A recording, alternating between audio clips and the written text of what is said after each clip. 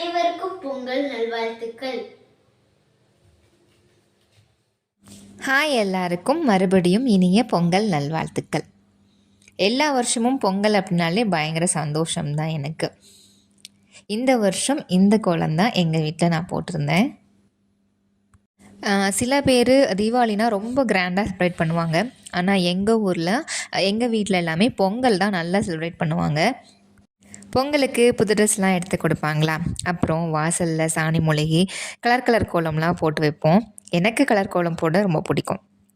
முக்கியமாக school leave, college leave, office leave எல்லா லீவும் கிடைக்கும் இல்லையா, அது ஒரு ஆட் ஆன்.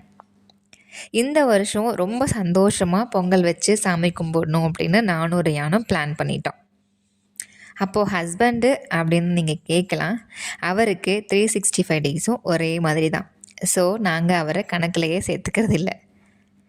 ரியான் எனக்கு இந்த வருஷம் ரொம்ப ரொம்ப ஹெல்ப் பண்ணான் வீடு எல்லாம் சுத்தம் செய்கிறதுக்கு. அவனும் வேலையெல்லாம் செஞ்சதால் என்னவோ அவனுக்கும் ஒரே எக்ஸைட்மெண்ட்டு, அம்மா நாளைக்கு நான் பொங்கல் வச்சு சாமி கும்பிட போகிறேன் அப்படின்னு திரும்ப திரும்ப சொல்லிகிட்டு இருந்தான். ஊருக்கு நாங்கள் இந்த வருஷம் போகலை, ஏன்னா ரியானுக்கு ஒரே ஒரு நாள் மட்டும்தான் லீவு. ஸோ வீட்லேயே சிம்பிளாக பொங்கல் வச்சு சாமி கும்பிடலான்னு முடிவு பண்ணியாச்சு. ஸோ அதே மாதிரியே சாமியும் கும்பிட்டாச்சு. நான் பொங்கல், வடை, காய், பழம் இதெல்லாமே வச்சு தான் சாமி கும்பிட்டோம். சாமி கும்பிட்டுட்டு பக்கத்து வீட்டிலலாம் போயிட்டு கொஞ்சம் நேரம் டைம் ஸ்பெண்ட் பண்ணிவிட்டு மறுபடியும் வீட்டுக்கு வந்தாச்சு.